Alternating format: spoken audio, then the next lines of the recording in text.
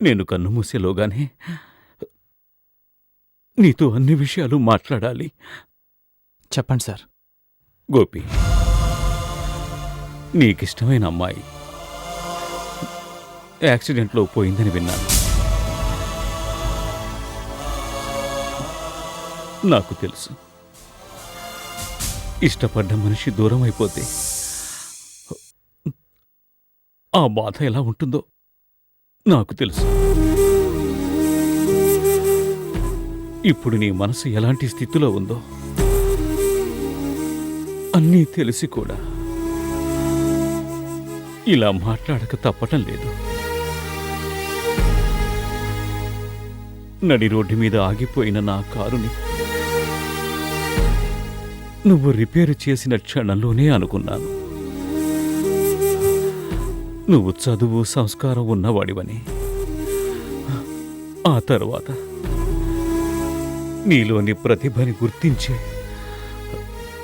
నిన్ను నా కంపెనీకి జనరల్ మేనేజర్ని చేశాను. కంపెనీ బాధ్యతలన్నీ క్రమంగా నీకే అప్పగించాను. నీ సమర్థత వల్ల కంపెనీని ఓ దారికి తెచ్చావు. కానీ ఇంకా నువ్వు చెయ్యాల్సిన ఓ పని మిగిలే ఉంది. చెప్పండి సార్, అది ఏ పనైనా, ఎంత కష్టమైన పనైనా తప్పకుండా చేస్తాను. నాకు తెలుసు గోపి, నాకు తెలుసు. కానీ ఆ రోజు కారును రిపేరు చేసినట్టు అంత తేలిగ్గా రిపేరు చేయటం కుదరని పని ఇది. సార్, మీరు నాకు జాబ్ ఇచ్చే ముందు నాలో 2 క్వాలిటీస్ ఉండాలన్నారు: సిన్సియారిటీ, డెడికేషన్. ఇన్నాళ్ళు నేను మొదటిదాన్ని నిరూపించుకున్నాను. ఇప్పుడు ఆ రెండో దాన్ని కూడా నిరూపించుకుంటావని నా ఆశ, కోరిక.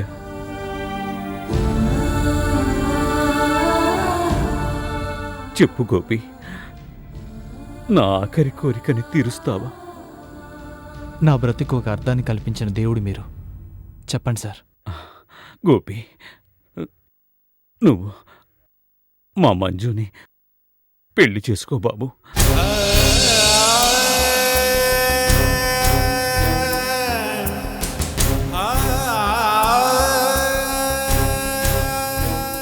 సార్, నా సంగతి తెలిసి కూడా అడుగుతున్నానంటే నేను నిన్ను ఎంతగా నమ్ముతున్నాను అర్థం చేసుకో. గోపి, మంజు పెంకి పిల్ల నా గారాభం వల్లే అలా తయారైంది, ఒప్పుకుంటాను. కానీ అది ఎంత మొండిదో అంత అమాయకురాలు. అన్నీ తనకు తెలుసు అనుకుంటుంది, కానీ దానికి ఏదీ తెలియదు గోపి, తెలియదు. ప్రేమిస్తే ఎవరినైనా పిచ్చిగా ప్రేమిస్తుంది, నమ్మితే ఎవరినైనా గుడ్డిగా నమ్ముతుంది. అందుకే నా భయం. నా వారసురాలిగా నా తర్వాత మన కంపెనీలు, నేను స్థాపించిన శారదా హోమ్ అన్నీ దాని చేతుల్లోకి వెళ్ళిపోతాయి. అన్ని పగ్గాలు తన చేతికి వచ్చాక మంజు ఎలా ప్రవర్తిస్తుందో ఊహించటం కష్టం కాదు, భరించటమే కష్టం, ప్రాణాంతకం. అలాంటి స్థితిలో అది ఖచ్చితంగా ఎవరి మీదో ఆధారపడుతుంది, ఎవరినో నమ్ముతుంది, మోసపోతుంది. అలా జరగకూడదంటే ఇన్నేళ్లుగా నన్నే నమ్ముకుని ఉన్నా వేలాది మంది కుటుంబాలు వీధిన పడకూడదంటే నీలాంటి సమర్థుడి దానికి అండగా నిలబడాలి, తోడు నీడా కావాలి. కానీ ప్లీజ్ ఇంకేం చెప్పద్దు.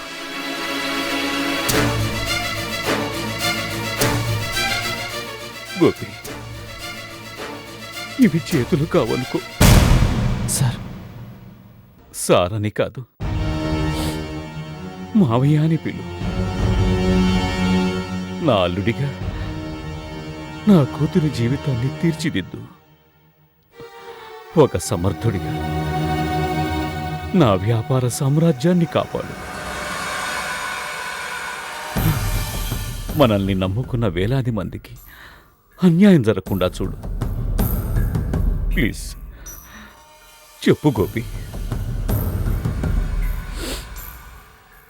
నా ఆఖరి కోరికని తీరుస్తానని మాటివ్వు. ప్లీజ్ గోపి.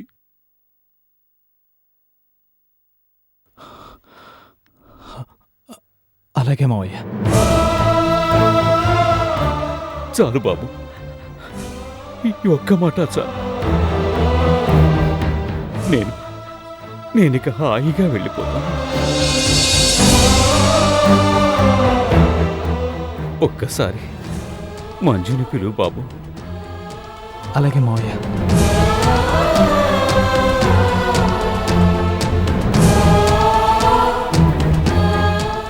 మంజు, మీ నాన్నగారు పిలుస్తున్నారు.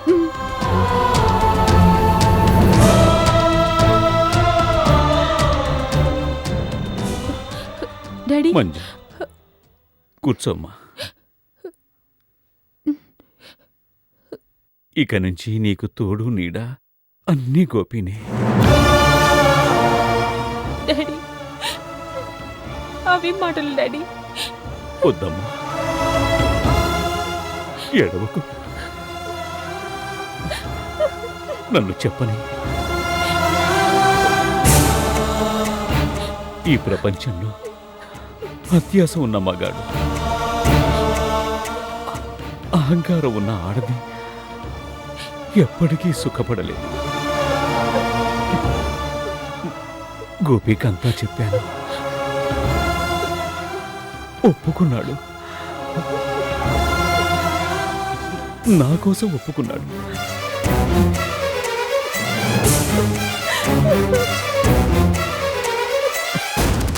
గోపి,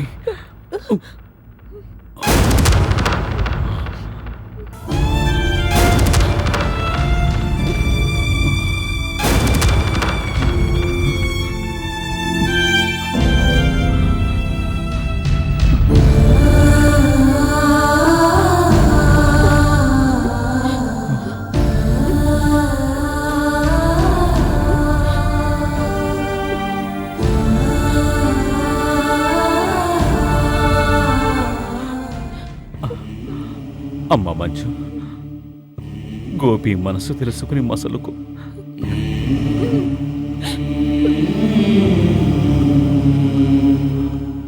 ఆఖరిగా ఒక్క మాట. నేను నీలాగా అమెరికాలో మేనేజ్మెంట్ కోర్సులు చదవలేదు, కానీ జీవితాన్ని చదివానమ్మా. ఇన్నేళ్ల అనుభవంలో నేను తెలుసుకున్నది ఏమిటో తెలుసా? ఎవరైనా సరే, ఎంతటి గొప్పవారైనా సరే, కోటానుకోట్లు సంపాదించిన వాళ్ళైనా సరే, చివరికి ఇలా ఖాళీ చేతులతోనే వెళ్ళిపోవాలి. భోగభాగ్యాలు ఏవీ మన వెంట రావమ్మా. వచ్చేవి రెండే, పాపం, పుణ్యం. నువ్వు ఈ రెండింటికి మధ్య తేడాని తెలుసుకుంటే చాలమ్మా, చాలమ్మా. డాడీ,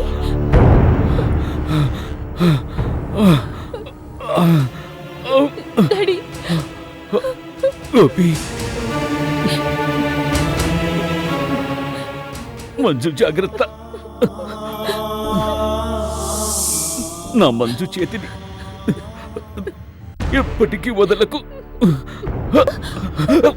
డాడీ, మావయ్య, డాడీ. డాడీ లే daddy daddy daddy daddy Gopi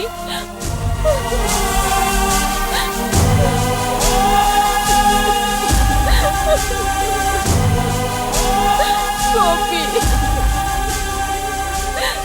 daddy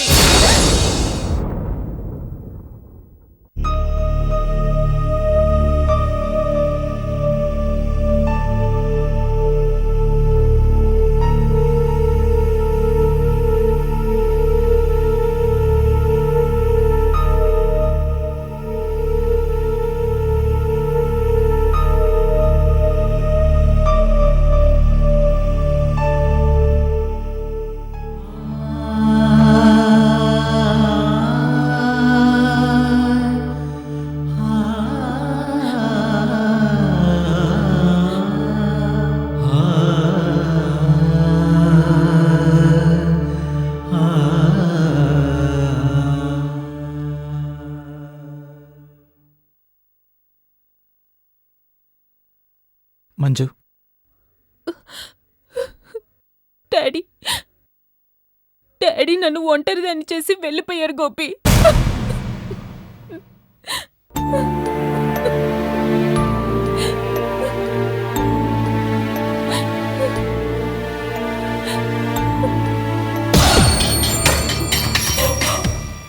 Manju, నాన్నగారు ఎక్కడికి పోలేదు, మన గుండెల్లోనే ఉన్నారు.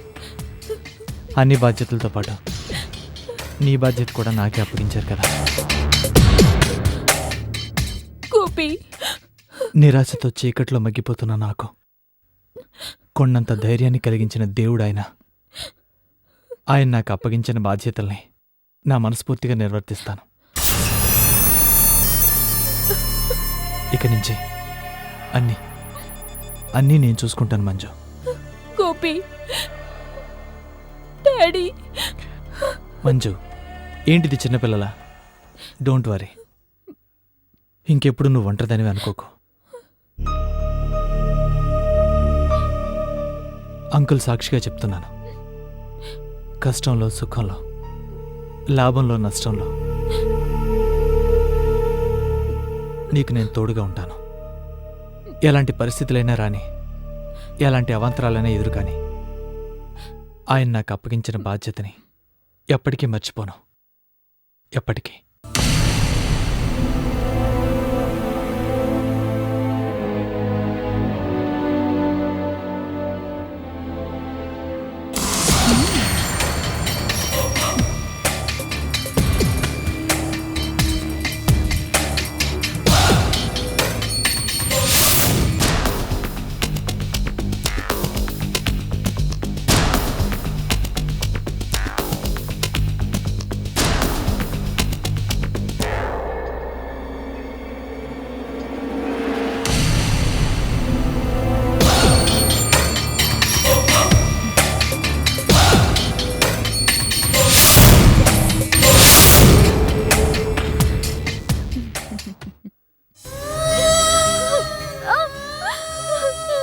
కొంచెం ఓచుకో బేటీ, తగ్గిపోతుంది.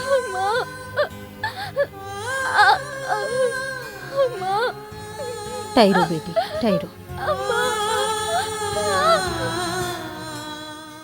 రహీంబాయ్, రాధా బేటీ పరిస్థితి ఏం బాలేదు. పసిబిడ్డ లేక రొమ్ముల్లో పాలు గడ్డ కట్టుకుపోయి బాధతో ఏడుస్తుంది. ఇక లాభం లేదు, వెంటనే హాస్పిటల్కి తీసుకెళ్ళాలి. టీకే టీకే పద బేహన్.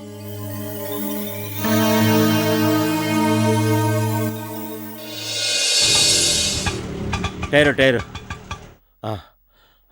ఇప్పుడే వస్తా. కొంచెం ఓచుకో బేటీ, హాస్పిటల్కి వెళితే డాక్టర్ అమ్మ ఏదో ఒక మందిస్తుంది. నొప్పి తగ్గిపోతుంది. మంచి వాళ్ళకి అల్లా ఎప్పుడు అన్యాయం చేయడు. నీ బిడ్డ దొరుకుతుంది, తప్పకుండా దొరుకుతుంది బెట్టి. చలో బెట్టి, చలో చలో, నెమ్మదిగా.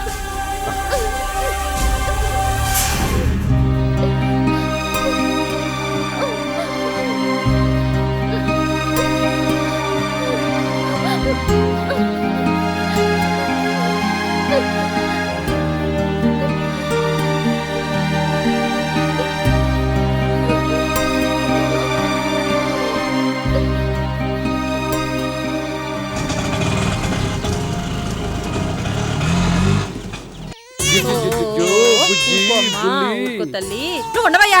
అసలే పిల్ల పాలు తాక అల్లాడిపోతుంటే మధ్యలో నువ్వేటి ఆడిద్దామని. ఆడిచ్చేటట్టే ఉంది.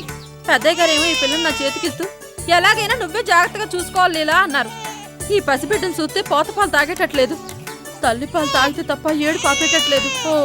తల్లిపాలు ఎక్కడ దొరుకుతాయి? మాండా మార్కెట్ లో. ఓహో, సిగ్గు లేకపోతే సరే. అవును గోదు. ఇప్పుడు ఏం చేద్దాం? పెద్దయ్య గారికి ఫోన్ చేస్తే ఆయన మాత్రం ఏడు చేస్తారు. లక్షల డబ్బు ఉంది కానీ ఏం లాభం? పసిబిడ్డ ఆకలి తీర్చేందుకు ఇక్కడ తల్లిపాలైనా లేవు. ఊరుకోమ్మా ఊరుకో. హాయి హాయి.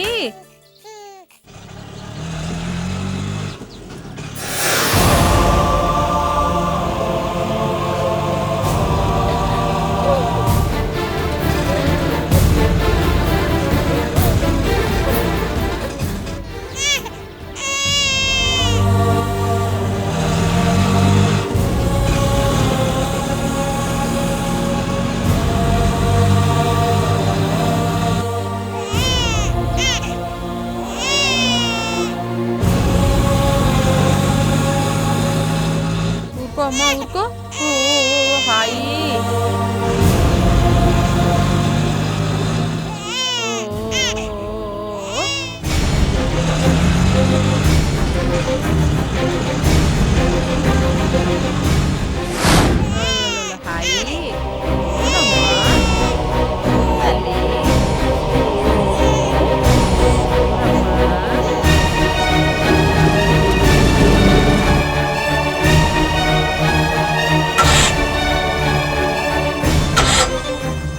क्या हो गया भैया? చూస్తాను.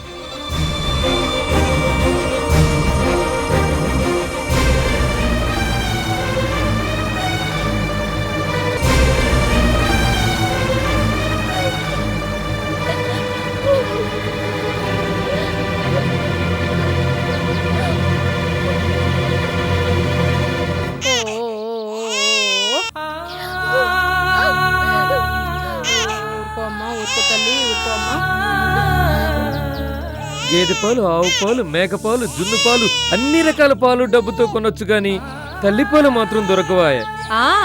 లక్షలు పెట్టినా కొనలేనంత విలువైనవి కాబట్టి వాటిని తల్లిపాలు అన్నారు. అయ్యో బిడ్డ ఆకలికి ఏడ్చి సమస్యలు పోయేటట్టుంది. ఇప్పుడు ఏం చేయాలరా భగవంతుడా? అయ్యో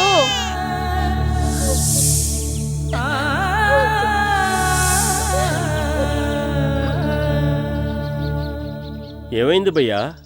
ఏమైందో తెలియడం లేదు సార్, సడన్గా ఆగిపోయింది. ఊరుకో అమ్మా ఊరుకో.